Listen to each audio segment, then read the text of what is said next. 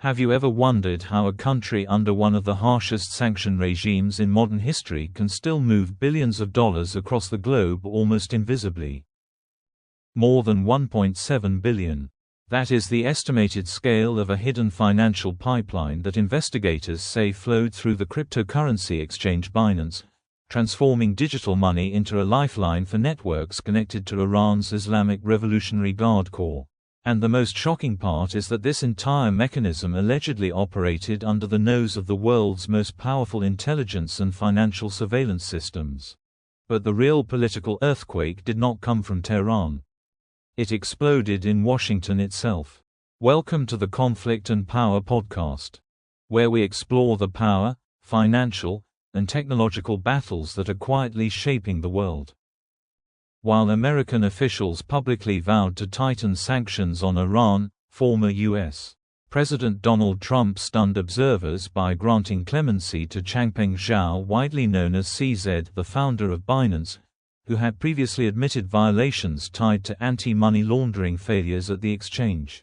Critics immediately raised a dangerous question. Was Washington truly trying to isolate Iran? Or had the cryptocurrency boom unintentionally created a new underground financial tunnel capable of bypassing America's economic blockade entirely? Babak Zanjani and the Financial Shadow Network of Iran. To understand how Iran survives economically despite decades of sanctions, one cannot ignore the name Babak Zanjani. Zanjani was never an ordinary businessman.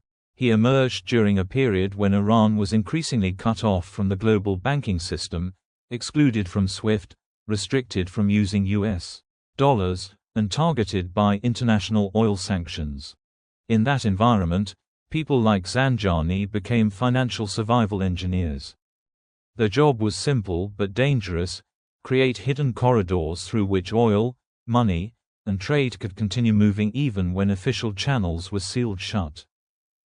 Long before cryptocurrency entered the picture, Zanjani allegedly built complex international networks stretching across countries such as Turkey, the UAE, and Malaysia. Iranian oil would be sold through intermediaries, relabeled through shell companies, and paid through layered financial structures designed to hide the origin of funds. The lesson Tehran learned was brutally clear. If the Western-controlled financial system could be weaponized, Iran needed an alternative system beyond Washington's reach. Cryptocurrency became part of that alternative. Instead of relying on traditional correspondent banks, transactions could now move through digital wallets, stablecoins, blockchain transfers, and global crypto exchanges operating across multiple jurisdictions. According to multiple investigations and blockchain analysis reports, networks connected to Iran allegedly used layered wallet structures to split transactions into smaller transfers, obscure ownership, and move funds across borders with extraordinary speed. Investigators claimed many seemingly unrelated accounts were actually linked through shared devices, overlapping access patterns, and coordinated transfer activity. The result was a decentralized financial maze. No armored trucks.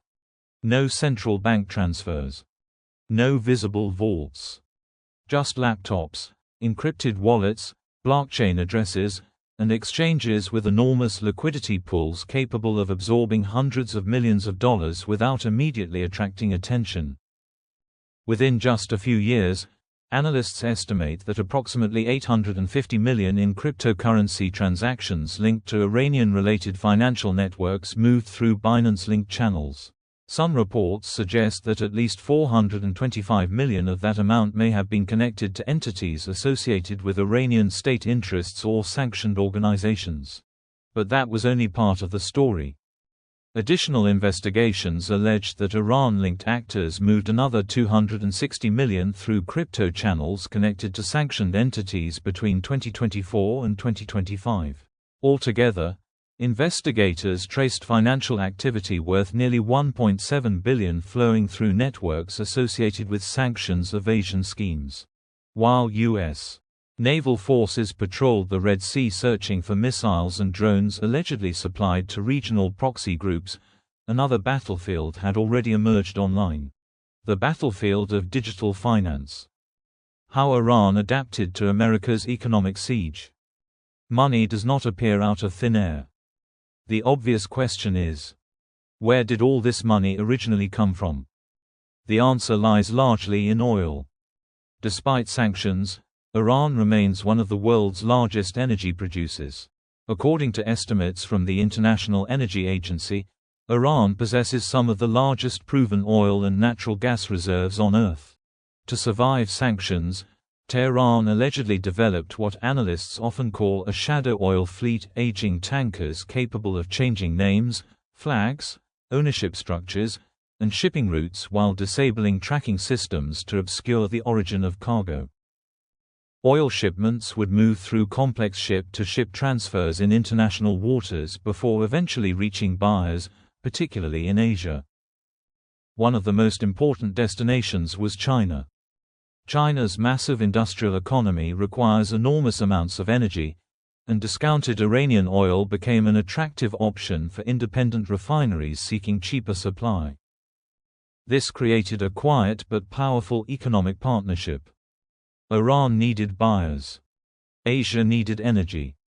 But selling oil was only half the challenge. Receiving payment was far more difficult.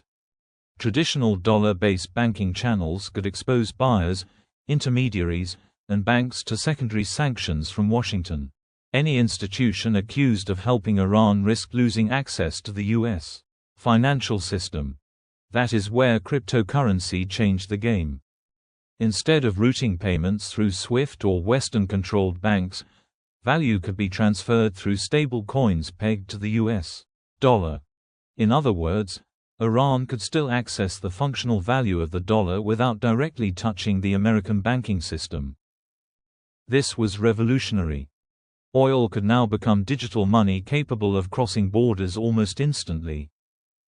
Large exchanges such as Binance allegedly became critical liquidity hubs where these transactions blended into the massive ocean of global crypto trading activity. Once funds passed through enough wallets, accounts, and intermediary layers, distinguishing legitimate commercial activity from sanctions evasion became vastly more difficult. Iran sold oil. Intermediaries avoided the banking system. Crypto channels transferred value. Funds returned through layered financial routes. The cycle continued. And with every successful transaction, the effectiveness of traditional sanctions weakened further. The contradiction inside Washington. One of the most controversial dimensions of this entire story involves American domestic politics itself. While U.S. Treasury officials publicly pushed allies to tighten sanctions enforcement, political controversy erupted after Donald Trump granted clemency to Binance founder Changpeng Zhao. At the same time, critics pointed to growing financial relationships between political interests and the expanding cryptocurrency industry. This created an extraordinary geopolitical contradiction. The United States was simultaneously attempting to defend the dominance of the dollar-based global financial system while parts of its own political and business elite increasingly embraced decentralized financial technologies that weakened Washington's traditional tools of control. For decades, America's greatest geopolitical weapon was not merely military power. It was control over the global financial bloodstream. The U.S. dollar still accounts for roughly 58% of global foreign exchange reserves, according to the International Monetary Fund. Around 88% of global foreign exchange transactions involve the dollar in some form. Nearly half of SWIFT international payment traffic still relies on USD settlement. That dominance gave Washington enormous leverage. But cryptocurrency introduced something fundamentally different. A partially decentralized financial architecture operating beyond traditional borders. For countries under sanctions, this represented opportunity. For Washington, it represented vulnerability. America's sanctions machine meets the digital age. In response, the U.S. Treasury launched increasingly aggressive sanctions campaigns targeting exchange houses, shipping companies, oil tankers, shell corporations, and crypto-linked entities connected to Iran. Dozens of companies and vessels were blacklisted. Secondary sanctions threatened any foreign institution accused of helping Tehran. Yet critics argue these measures increasingly resemble trying to stop a flood with bare hands. America's sanctions system was designed for the 20th century, an era dominated by physical banks, centralized payment systems, and regulated financial institutions. But Iran adapted to the decentralized world of the 21st century. When one shell company disappears, another appears. When one bank account is frozen, crypto wallets emerge. When one route is blocked, digital assets find another path. This does not mean sanctions have failed completely. Iran's economy has unquestionably suffered enormous pressure from inflation, currency depreciation, restricted investment, and reduced oil revenues over the years. But what Tehran demonstrated is something equally important. No financial blockade is perfectly airtight anymore.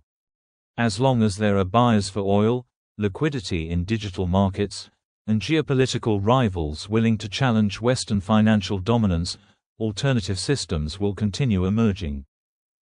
And that may be the most important lesson of all. The real war of the 21st century is no longer fought only with missiles, aircraft carriers, or tanks. It is increasingly fought through payment systems, digital currencies, blockchain infrastructure, energy routes, and the invisible networks carrying money across borders. The battle for control of the world's financial bloodstream has already begun.